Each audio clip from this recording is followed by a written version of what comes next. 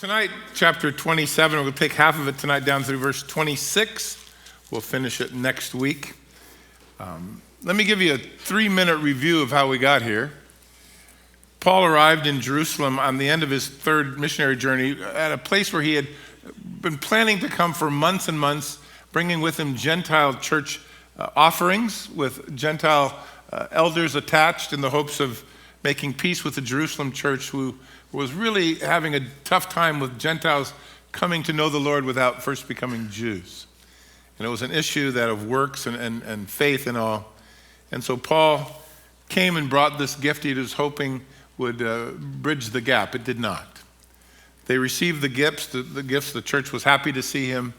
James and the elders in the church said, Paul, we've got a lot of zealous people here, but they're not just zealous like your people. They're zealous for the law. And so you have a bad reputation here. You're the guy that everyone's saying is going around just telling people it's about grace and not at all about the law. Paul should have said, that's exactly right. But what he said was, what do you want me to do? And they said, we'd like you to sponsor 4 guys. They're making a vow of a Nazirite during the time of the celebration here in Jerusalem. If you could just sponsor them and go with them, it'll go a long way towards, convincing people you're not that guy at all. Paul did what they asked. He compromised for the sake of love. They went fine for a week. At the end of the week, as the end was coming, the accusations from some in town from the Ephesus area accused Paul of having actually brought a Gentile into the inner courts of the temple. It was a no-no, where punishable by stoning. He hadn't done it, but the people went crazy. They were there for their religious holidays. They beat Paul in the street, almost killed him. Claudius Lysias came to the rescue, the Roman head of the army, if you will. Paul asked if he could give them a sermon from the steps of the Antonia fortress, which he allowed him to do. He shared God's work. Everybody listened how he got saved and everything until he got to the words, and the Lord sent me to the Gentiles. And boy, that was all he had to say. And the rioting in chapter 21 broke out again. He is again saved by this Roman captain and the army, placed in protective custody. The next day he is brought down by Claudius to meet with the Sanhedrin, try to iron it out, but they weren't there to iron it out. They were there to make sure he died. Paul realized how serious the situation was. He looked around the room and saw half the Sanhedrin were Pharisees who believed in a resurrection. The rest were Sadducees who didn't even believe in life after death. And so he said, I think I'm in trouble here with you guys because I believe in the resurrection, which won half the side over, but not the other half.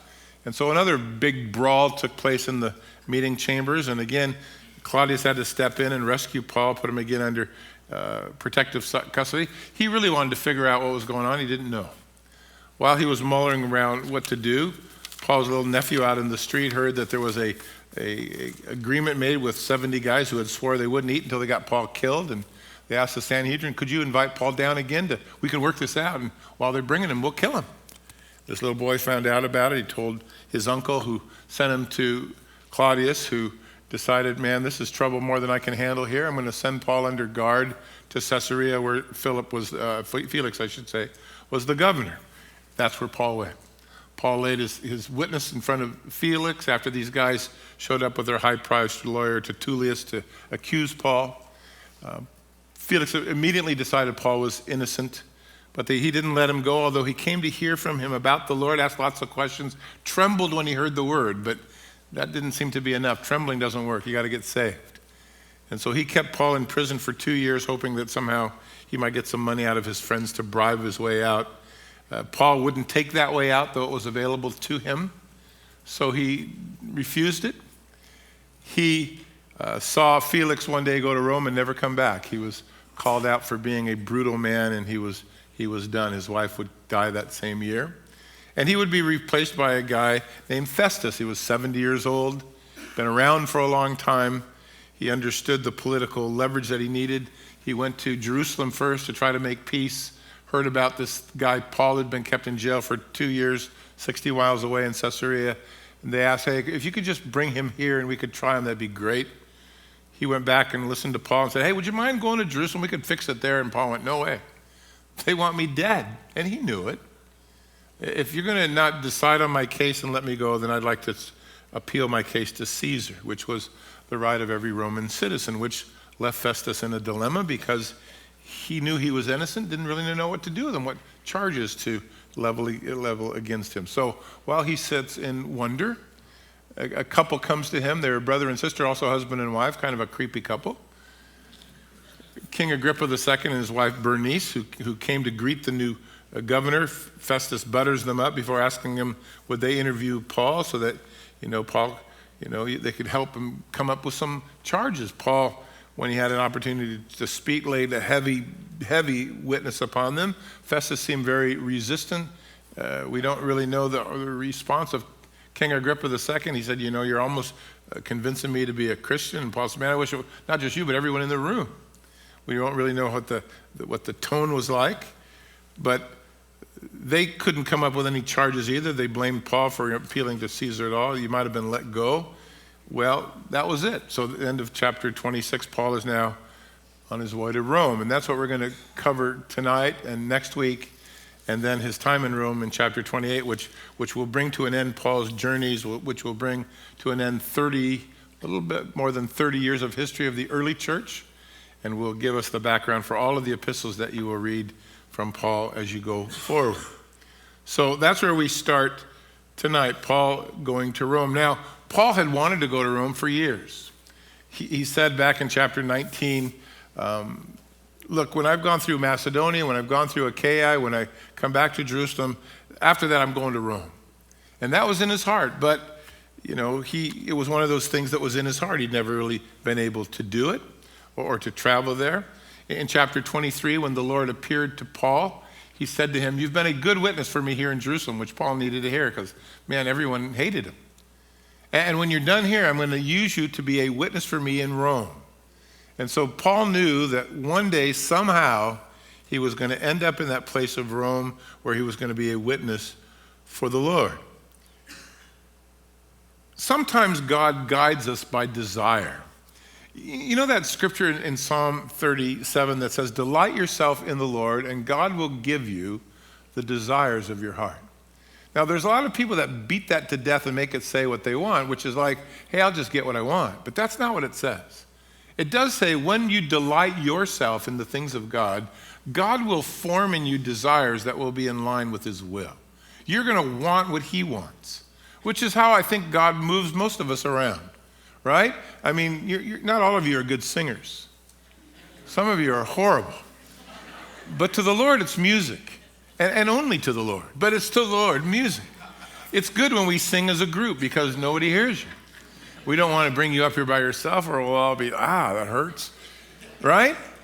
But yet, some of you have a gift and God moves upon your heart and you get up here to lead us in worship and we're thankful for that. But it's the work of the Lord in the heart.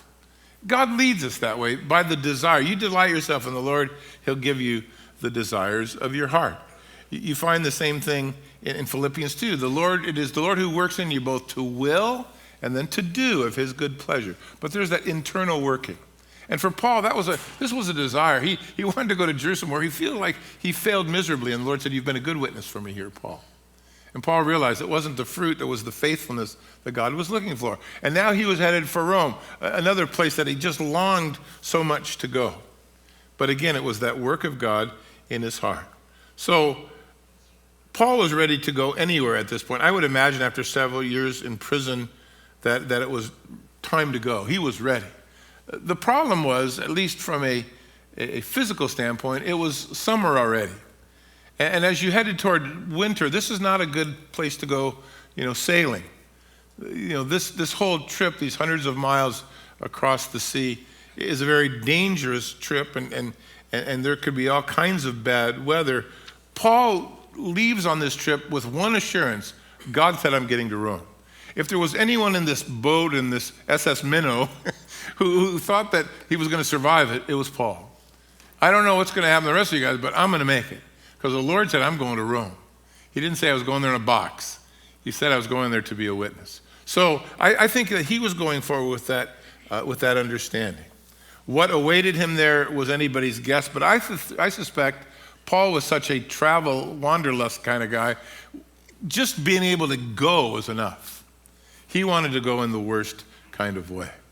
So he didn't know what was awaiting, though. He could be set free by Nero. Nero was a sketchy guy. he could be killed even though he was innocent.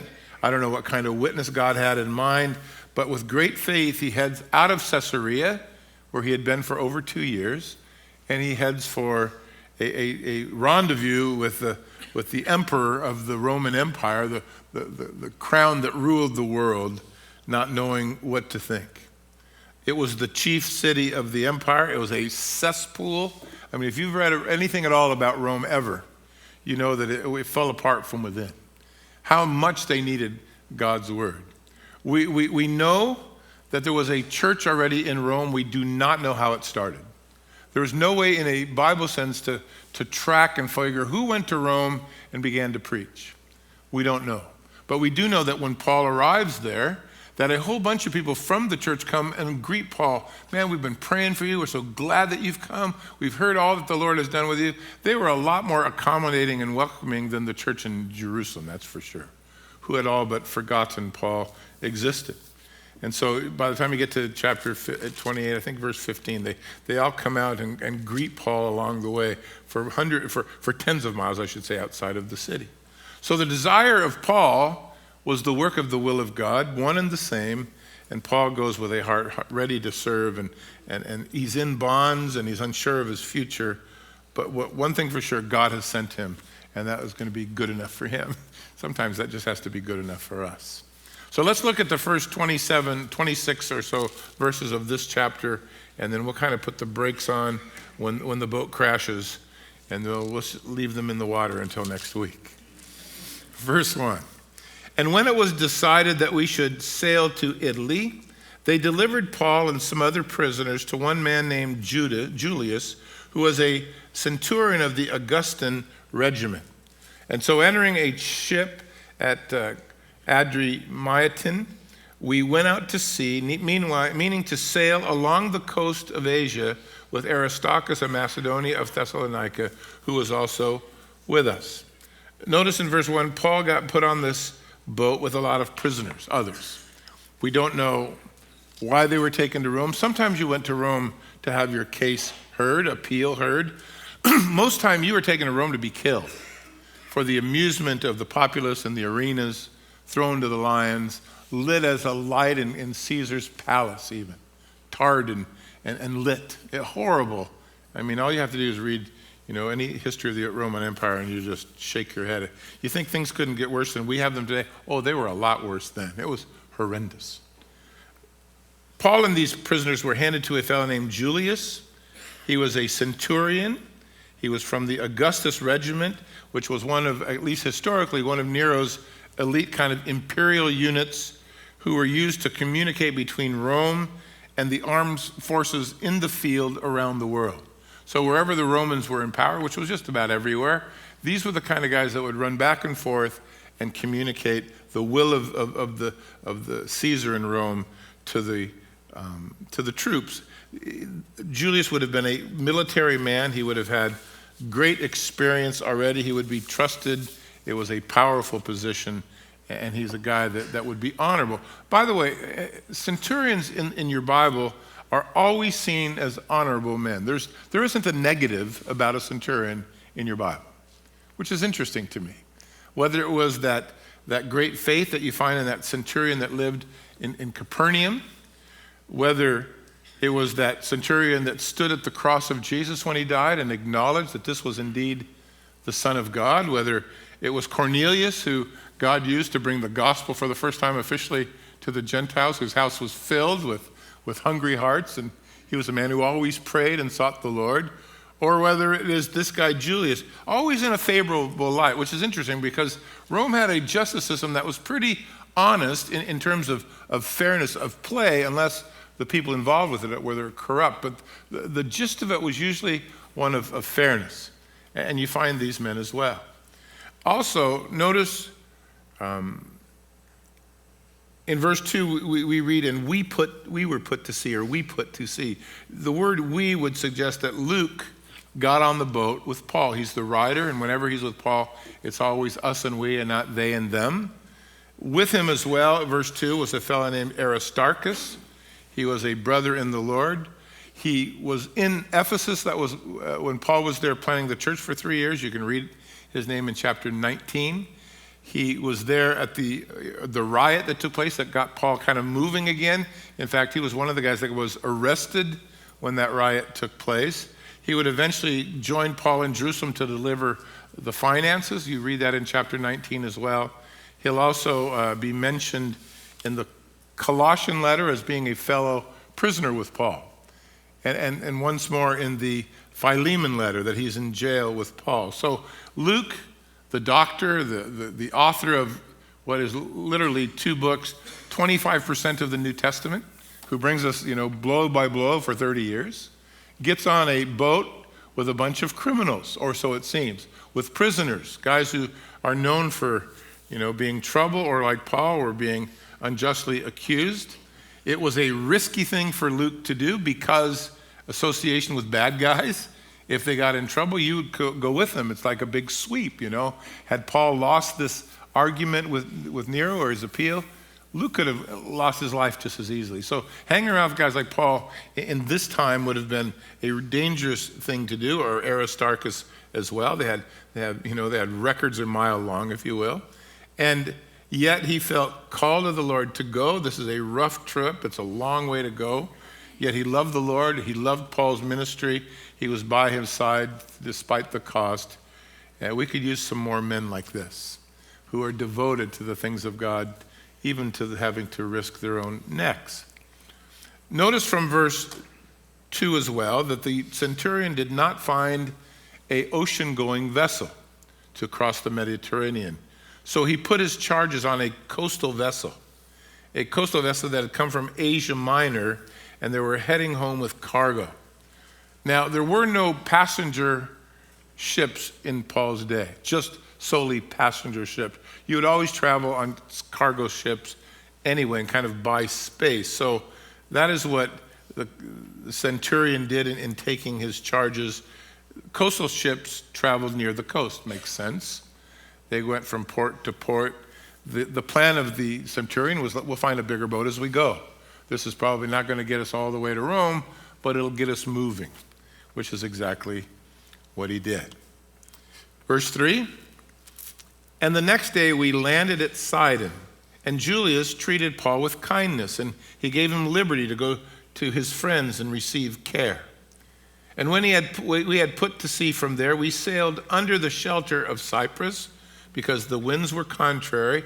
And when we had sailed over the sea, which is off of Cilicia and Pamphylia, we came to Myra and to the city of Lycia, where the centurion found a Alexandrian ship really ready to take off for Asia, and he put us on board there.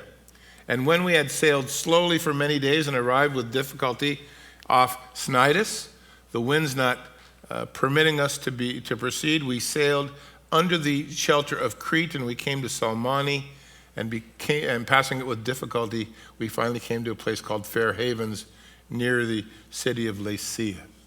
So they got on a boat in Caesarea. You can see the map behind me. They sailed 60 miles north to Sidon. Sidon still exists today. It is in Lebanon, along the coast. And their first stop, because they have to stop, it's a coastal ship, and drop cargo off and take cargo on. Paul was shown great kindness by this Roman centurion. Go see your friends. Go find what you need. You maybe need a jacket, you need some money, you need food. Prisoners weren't taken care of by the government. They had to take care of themselves or they died. So they were dependent upon people who loved them to care for them. So, interesting picture. Silas lets a prisoner out of his sight, a guy that he barely knew, that might very well be a flight risk because he was about to go see Caesar, and who knows how that would have turned out. And he lets Paul go to the church to be blessed. The Roman law said if you lost a prisoner, whatever his sentence was, if you were in his care, then you would have to carry out the sentence he would have gotten. So it was an amazing kind of grace of God that allowed Paul to leave. You might remember, if you were with us back in chapter 21, that when Paul on his way into Jerusalem had stopped here and had been greeted by the church, and they had showed him such love that when he left, and they had said, look, don't go to Jerusalem, things are bad there for you. They accompanied him all the way back to the port, and they got on their knees and they prayed for him before he left. It was a wonderful church that loved him and they were able to refresh Paul. They were able to give him food for the journey, maybe blankets or water or money or contact information, I don't know. But whatever he needed, not having been out of prison to plan for himself, they were able to provide. Well, then we get like a travel log down through those next few verses, and you can look at the map again behind me, that they took off and they sailed under Cyprus, and you'll see that there between Cilicia on the land and Cyprus down below. They sailed on the leeward side of the island, the north side. Today, Cyprus, and above there is what we would call Turkey. They sailed off the coast of these provinces of Cilicia and Pamphylia. They eventually got to Lycia and to the city of Myra, where they were able to locate what was a large grain vessel. We know that because verse 38 says it was a large grain vessel. Just read ahead. You can teach the Bible anywhere. And it had come from Egypt, from Alexandria, the breadbasket for the Romans, and it was headed through Israel. Now, we know from history again that the big grain ships that sailed in the first century from Egypt to Italy were the largest ocean-going vessels that were made. They were 36 feet wide. They were 130 feet long. They had a 30-foot draft in the water, according to the history books. And because Egypt fed the world with bread, it literally was the bread basket, they were forever traveling. We don't know how many people were on, well, we do know that the one that was at least the one that Paul got on were able to take at least 276 passengers, because that's how many would survive this thing. We don't know if it could have held twice that, but we know it could have held at least that many folks plus the cargo. And again, all that information because we read ahead. Notice in verse 7 and in verse 8 that when they had sailed off the coast of Cilicia, had gotten to Lycia, they changed ships to this ship, this big ocean-going vessel, and then they began to sail, but progress was slow. In fact, it was slow that they arrived with difficulty to the point their sideness, and the wind wasn't allowing them to proceed, and so they were kind of pushed by the wind down underneath the shelter of Crete, hoping to kind of avoid that blowing wind, and with great difficulty they were able to drop to the south, notice, and ended up at a place called Fair Havens near the city of Lycia, which happened to be on the southern coast of Crete. So they tried to make westward progress. They were able barely to pull out of the city. The winds were contrary, and rather than allowing them to land, it pushed them back into the ocean. They weren't able to fight it, if you will. They were barely able to pass by you see on the map here a place called the Cape of Salmone.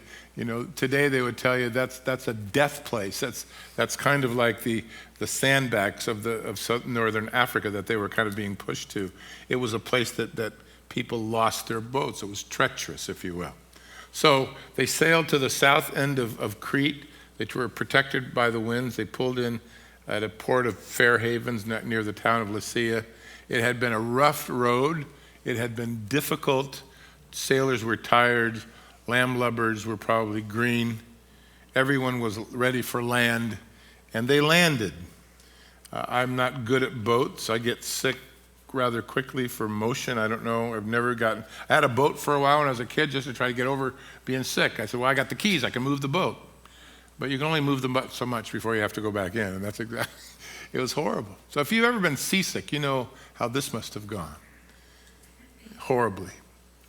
We read in verse 9, when much time had passed or been spent, and the sailing was now dangerous because of the fast being over, Paul advised them and said, men, I perceive that this voyage will end with disaster, with much loss, not only of cargo and even the ship, but also our lives. Nevertheless, the centurion was more persuaded by the helmsman and the owner of the boat than of the things spoken by Paul. And because the harbor was not suitable to winter in, the majority advised to set sail from there also, if by any means they could just move ahead to Phoenix, a harbor port in Crete, which opened towards the southwest, and to the northwest, and they could winter there. It was a place far more accommodating to a bunch of people that would have to spend the winter before they sailed. So this things we're pushing weather now, right? And we don't have any reference to verse 9, much time was spent. We don't know if they were there to fix the boat, to do business. I don't know what the schedule was, but we are told that they spent an inordinate time here. And then we're told that the fast was already past. The Day of Atonement in 59 AD was on the 6th of October. So we're pushing into the, past summer towards the winter. It was a highly questionable and far more dangerous time to sail. Would have been smarter to just go wait till the spring, because, these weren't boats with huge engines. These were sailboats with hope, right? And when the wind blows to the east and you're trying to go to the west and you can't tack into the wind very much with this big boat, it's going to take a long time if you can make it at all. Bad idea. And notice that Paul, the prisoner, speaks up. He probably was the most seasoned traveler in the midst. He was certainly the most seasoned guy in far as being shipwrecked, because that had happened to him. He said it to the Corinthians, 3 times I've been shipwrecked. So he was very experienced at crashing. And then he said, I've spent a day and a night in the deep. I've been floating and bobbing in the water for 48 hours or 24 hours. I've been there, man. We don't want to do this. This could hurt everyone. This is a bad idea. And so with some lessons about sinking boats and all, to Paul, this looked like deja vu, So he gives some practical advice. Let's not leave. Why do we want to even risk our neck? We're not going to make it. Not before the spring anyway. Why don't we just wait it out? He clearly, in verse 10, voiced his opinion. Loss of ship, loss of cargo, loss of life. Now, here's the unbelieving centurion who doesn't have a relationship with God, who has other factors to consider. Number one, this is a prisoner who's in no hurry to get to Rome. Probably worried about him losing his life. Well, he's probably got an ulterior motive to tell us all about that. Second of all, the captain who does this for a living, especially from Egypt all the way to Italy, he says everything's fine.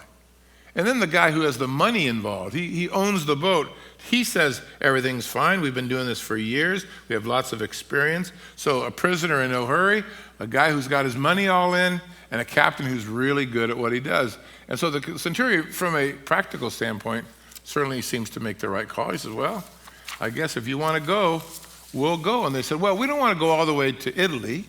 We just want to go up the road a piece. We just want to sail to the other side of the island where there's good movies and restaurants and hotels and good places to eat. We want to, if we're going to hang out in the winter, man, on this island, let's find a place that doesn't have too much exposure to the sea and has some good places to hang around. So the eyes have it. We won't make Rome. But look, we're on the far west of the island. It's only a 60-mile trip from here. It'll be a great place to winter. It lies northwest of where we're headed onto the southwest corner of the island. And so the centurion, he sides with the experts on board, ignores Paul, and makes the decision to go. Verse 13 says, and when the south winds began to blow softly, they supposed that they had obtained their desire, and so they put out to sea, and they sailed close by Crete. They didn't go back out into the water. They stayed as close to the shore as possible. So here's, factor number 4 or 5. The weather changed. The southerly winds began to blow, and it seemed like, oh, this is perfect. We'll just ease our way down the road. In so doing, this centurion is a classic example of how not to determine the will of God.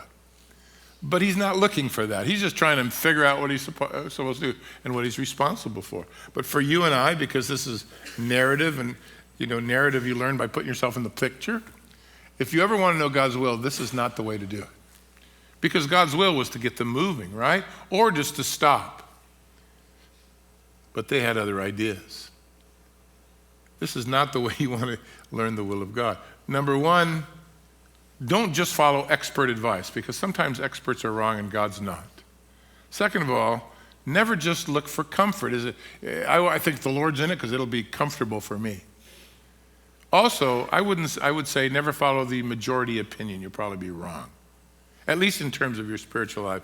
And don't see calm seas as a sign that God's in it.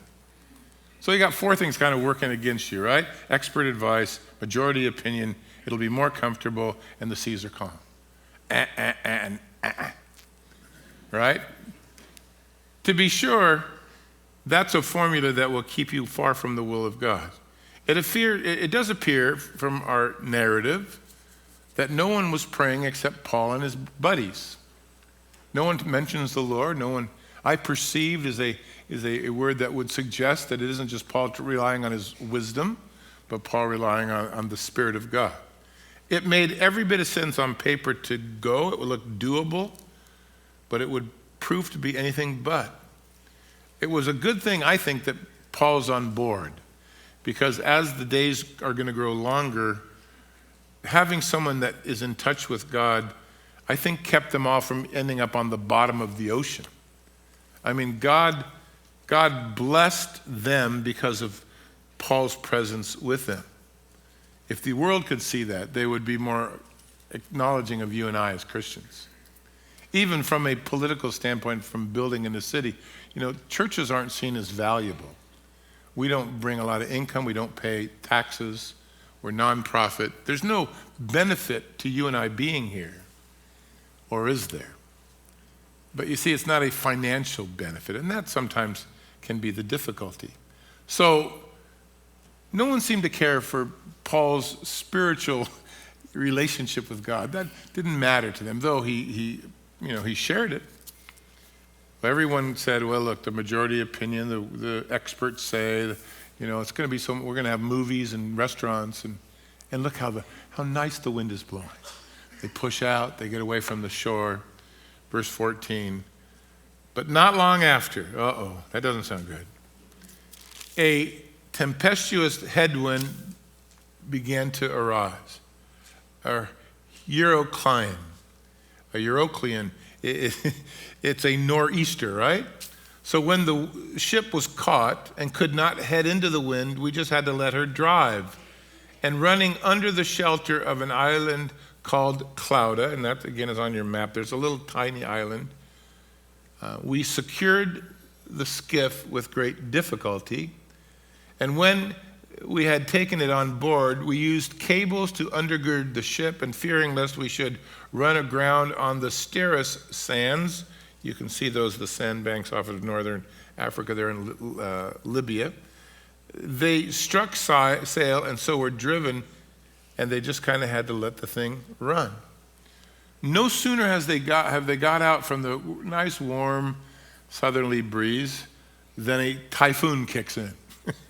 A hurricane conditions. And instead of sailing down the coast of Crete, they are pushed west and soon south into the open seas. And there's nothing to stop them. There's no way, you and a will and a sail can fight these kind of winds. 23 miles off the coast. I know it looks like it's just a hop, skip, and a jump, but Calada there was about as far as Catalina is from from Huntington Beach. I mean, you can see it, 26 miles. This is 30 miles off the coast. According to verse 16, it was their only hope. It was the last place that they could hide themselves from the wind, and so much so that when they, got out from underneath it, it was all hell breaking loose. They had a great difficulty just getting their skiff, their lifeboat on board.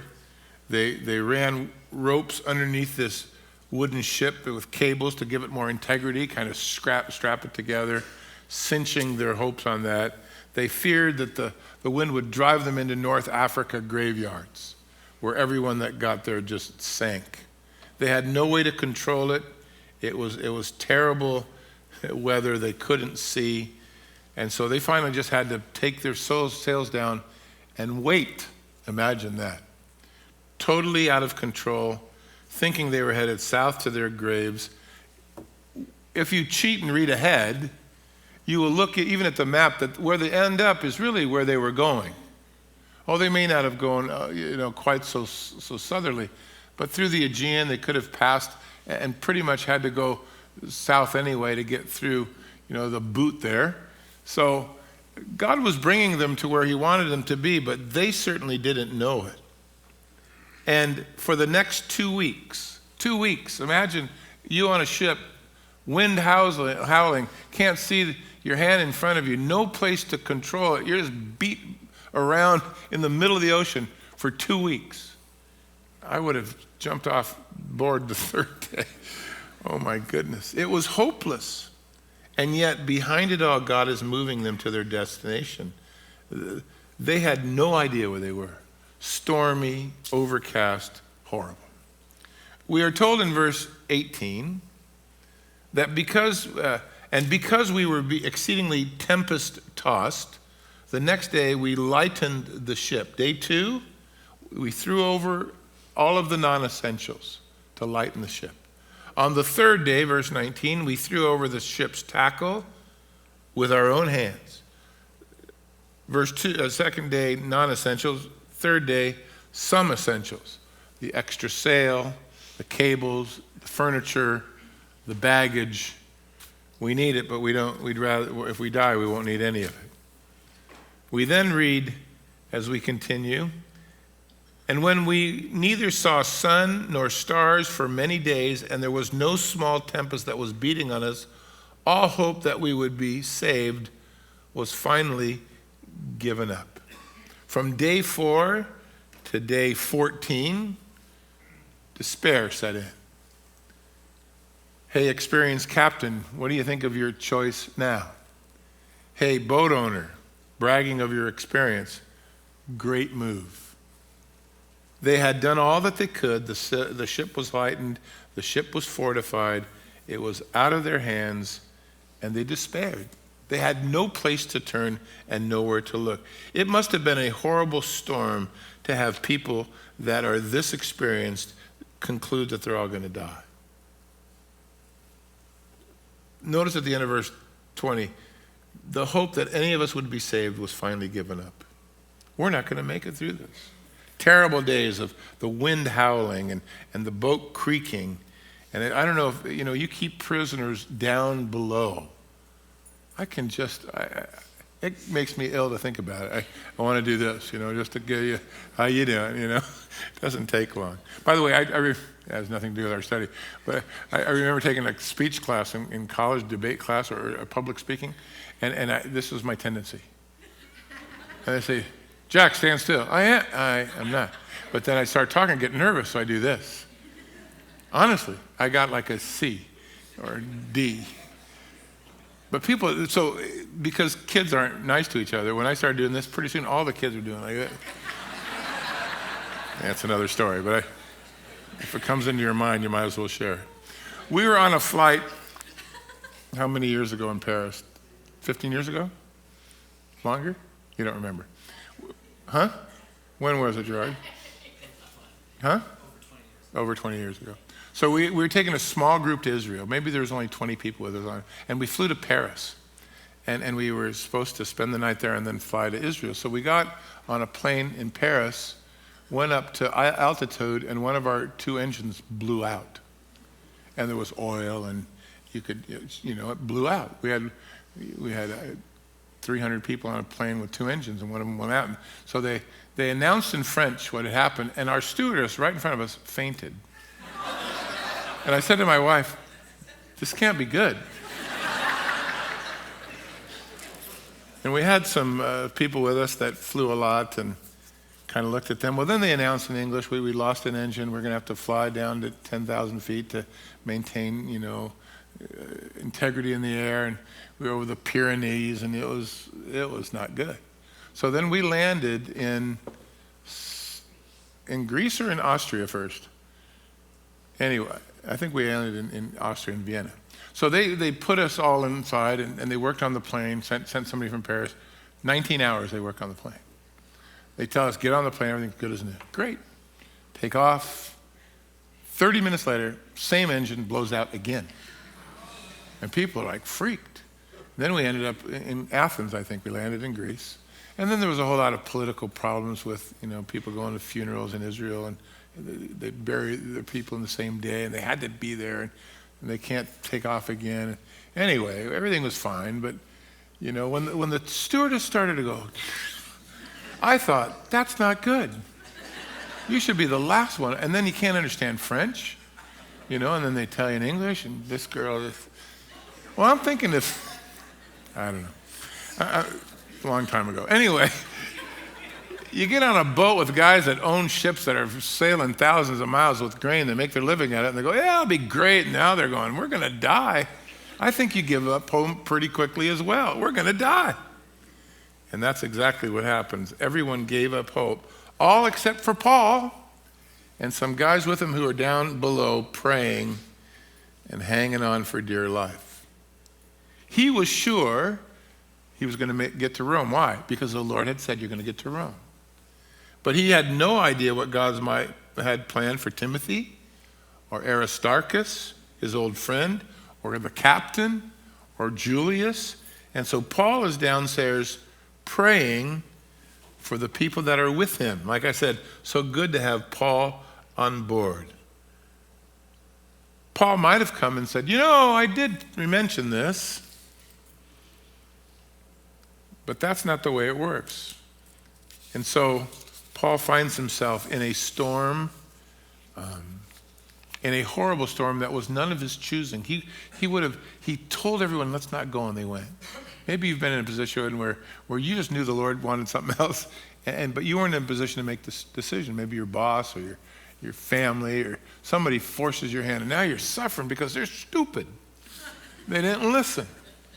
What do? Yell at them, scream, blame someone else? Not Paul. He just went, Lord, save these folks that have made such a bad choice. He started praying for those who had made the worst call of all. I remember hearing a story of a guy that he was falling from a 10th-story ledge, and he grabbed onto an 8th floor flagpole and said, Lord, help me. And the Lord said to him, let go. And he said, no, Lord, please help me. And the Lord said, let go. And he said, is there anyone else up there? I think we usually want the favorable winds and the calm seas and all, but look, don't be so upset about the strange trials that are to try you, as if some strange things has happened to you. So I don't know what your reaction would be. Put yourself in Paul's shoes for a minute. Would your reaction be, this is awful, and no other Christian has ever faced this, and this storm's going to be my death, and how come you're doing this to me, Lord? And look, Paul just knew he was getting to Rome, but he wanted everyone to go with him. All things work together for good to those who love the Lord. And the last few years had proven all that. So he didn't know what to do, but he knew he needed to pray. In fact, if you look at the end of this story, it's pretty powerful that God had them going in the direction he wanted all along. How bad was the storm? If you don't see a sun or a moon or stars, if no one eats for 2 weeks, if the captain of the ship says we're all going to die, it couldn't get any worse. That's worse than a stewardess passing out right in front of you. Paul was resting in the Lord, while the world and the ship, notice verse 20, they gave up, right? They gave up. Verse 21, but after a long abstinence from food, and I suspect it's because that's not a good way to eat, Paul stood up in the midst of them and said, men, you should have listened to me and not have sailed from Crete to have encouraged this disaster and this loss. But now I urge you to take heart, for there will be no loss of life among you, only that of the ship. For there stood by me this night an angel of the Lord, to whom I serve, and to whom I belong, and to whom I serve. And he said, do not be afraid, Paul. You must be brought before Caesar, and indeed God has granted you all those who are sailing with you. Everyone was seasick practically. Spiritually, they were also not doing well. But Paul, down in that hole in the ship, the worst place you could have been held, was praying. I don't know if you were in the hull of that ship, if hearing that you were going to survive was good news or bad news. I think, oh, please, I just want to die. Paul said to them, I told you so, but I want you to know something. He didn't say I told you so until he was able to say in verse 22 and in verse 25, just take heart. He wasn't just willing to go out of his way to say, I'm right and you're wrong. He was willing to say, you should have listened to the Lord, and here's what he's promised to do. In other words, his complaint only was delivered once he had not just criticism, but a blessing and a hope and a direction to give with it. And I think that's helpful, because just, what would the other have accomplished? I love the picture in my narrative here, ours, that Paul the prisoner is now the captain of the ship, right? He's calling the shots. He's telling them what's going to happen. He'll tell people that when they're trying to sneak off, hey, let them sneak off. We all die. Bets are off. God's going to quit. I mean, everything he says from now on, people are listening to. They're letting Paul be kind of the guy in charge. No longer the captain, no longer the owner, no longer the centurion, man of God. Pretty cool. Cheer up, man. God has shown me that we're going to lose the ship, we're going to lose the cargo, but we're not going to lose any of you. The Lord has plans for me. I've been praying for you, and he's given all of you to me. You're going with me. Isn't that great? One Christian in the right place saves everyone. And I thought there are so many examples in the Bible of those whom God uses, puts them in lives of people, and they acknowledge that because of the existence of that person, his proximity to their lives changed. I thought about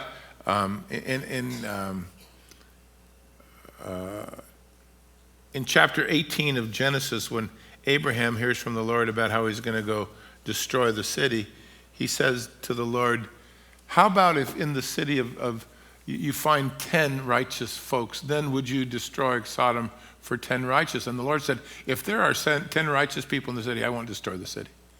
Now, because we read through, we say this, there weren't very many righteous, the place got wiped out. But don't lose the other lesson, and that is, God, for the sake of a few, spares the many. For your sake, blesses the places that you find yourself. When Laban found out that Jacob was leaving him there in Genesis chapter 30, he said, please stay if I found grace in your sight, for I have learned that the Lord blesses me for your sake. He realized that a child of God brought blessing to a guy that was, as crooked as Jacob was, really. When Potiphar took Joseph into his house in chapter 39, I guess, of Genesis, and he made him overseer of his entire house, we read that Joseph brought blessing upon the Egyptian's house and all that he has for Joseph's sake. Joseph shows up, and he's the reason there's blessing. So here's my question. Do you bring blessing to your job, to your family, to your friends, to your neighborhood, just because you're saved and you're willing to be saved, and express that to others? Are you the blessing? People may not like you initially because there's a lot of warfare that comes with your witness, but ultimately people begin to realize that there's blessing, and I'm hoping that the city sees you that way, and that there's blessing to be had from having compassion on the poor and helping the needy and feeding the hungry and visiting the sick and being citizens of a city that obey the laws and bless those that persecute you and pray for those that are placed over you. There's a great benefit to you being there.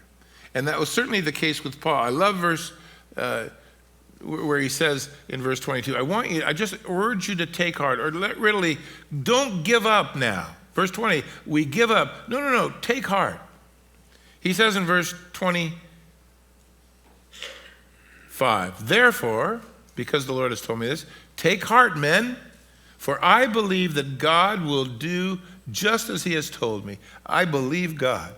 Take heart in the midst of a hurricane at sea with just a bunch of almost 300 people in a sail. Take heart sounds kind of ridiculous unless God stands behind it. So Paul says to these guys, cheer up, be encouraged. I believe God's going to do what he said. I don't know if you believe it or not, but I do. And Paul brought great counsel and great comfort. It does often boil down to that anyway, doesn't it? Do we believe God or not? The Lord said to Adam and Eve, you eat of this tree, you will surely die. And Satan comes along and goes, well, one thing for sure, you're not going to die if you eat of this tree. Who are you going to believe? One word of difference. And it hinged, and on it hinged the health and the happiness and the holiness of man. What would Adam and Eve do? Who would they believe? The door of salvation swings that way as well. You know, the world says just work your way to heaven, do your best you can, bring your resume, God will be impressed. The Bible says you need Jesus, believe in him, you'll have life. Right? Only one name given. Who are you going to believe? All boys, and Paul said to these guys, I know you think we're going to drown. I'm telling you, God told me this. I believe God. So cheer up. If you don't have faith, run with mine. Do you want to believe in Darwin or do you want to believe in Moses? Do you really want to believe man evolves upward or that man is a fallen being that needs to be redeemed? Do we really want to believe that we all, evolved from a common ancestor, or do we want to believe that 10 times in the book of Genesis, God says that everything develops after its kind? Who are you going to believe? Who are you going to believe? Paul yells over the howling winds as the deck heaves, and so do the passengers.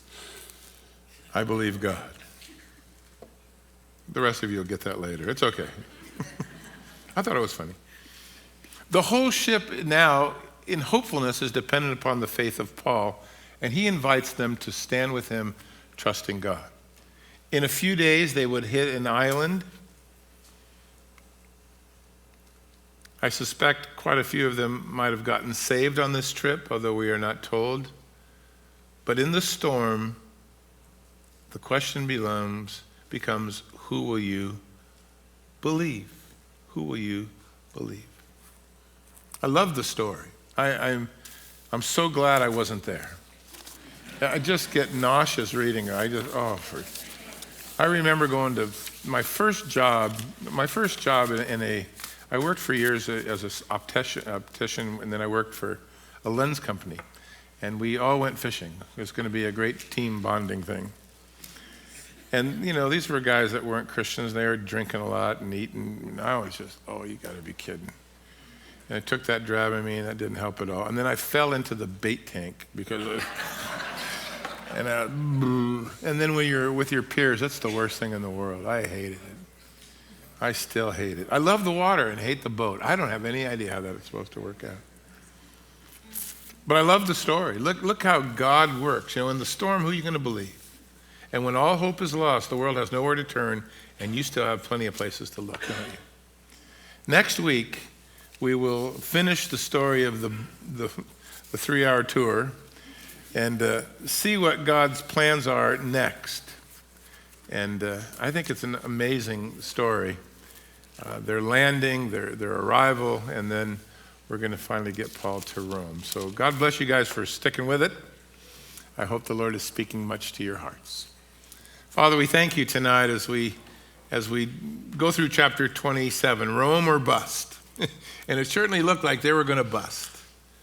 The counsel of the world, the wisdom of man, the willingness of Paul to forego being busted out of jail through a bribe to Felix, or somehow taking his chances with Festus, believing you had called him to Rome and appealing there, not knowing really what the outcome would be, this horrendous several-week trip into the middle of nowhere where it looked like all hope was lost, and yet we find a man with some friends who believed God, who knew what God had said, who was hanging on to it despite everything to the contrary you had said, and what you say goes. Nothing can touch what you've said. And so we thank you tonight, Lord, that every part of this Bible that we read, we can say that's what the Lord has said. He has promised these things, and we're going to hang on to every word. We pray for our city. We pray to be a good witness here, to be an asset that is recognizable, that those in power, those around us, the police department, the fire department, the folks at the store, they'll see Jesus because they see us walking with you. And as the world panics, we're going to pray. And as they give up hope, we're going to give them hope in you, sharing your word, which we believe. And we can say with Paul, Lord, I believe you. And because we do, you're going to do great things in our life. So pray for that church. We could be that influence this year. That though the boat is filled with the experts, there's only a few believers on board. And though the world is filled with those who are smarter maybe than we are and know more than we do, we know the God who can do all things. And so we're in a really good position to speak up and to speak out, not just with criticism. Paul didn't just say, I told you, and let it go at that. He said, I told you, but God has come to bring hope. And I think you can do that too. Bear God's word to the lost, to the hurting. Bring them to church with you. Invite them to come. Amazing what the Lord will do if you're willing. It's not just for you to sit and hear. It's for you to be filled and go out and work, serve, reach out, pray, and let the Lord use you. It's going to be a great year, I think. Looking forward to what the Lord is going to do with you, each of you.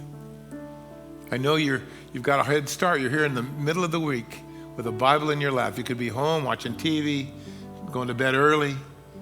Just lots of things you could be doing, and here you are. And don't think that God doesn't take notes. If we're hungry for him, he'll do great things in us. You're not wasting your time. You haven't made the wrong choice. This is what God wants to do in all of our lives. So may he stir us up and send us out, and may we see him powerfully at work in our lives, with our family. May we be a blessing wherever you send us, Lord. May your power fall even tonight. And if you don't know the Lord tonight, you come and pray with one of the pastors, and they're going to lead you in a prayer of invitation to invite Jesus to be the Lord of your life. And here's the cool news. According to his word, when you ask, he'll come. When you call, he'll answer. When you look up, he'll come running. Arms open, heart ready, love overwhelming. It's just, you've got to come and ask. So we're going to pray for you to do that tonight. Don't walk away until you've walked into his arms. And then watch God begin to work in you. You're not going to believe. Do that tonight before you go home. All right, let's stand, church, and we'll sing this last song together and ask God's blessing upon you this week.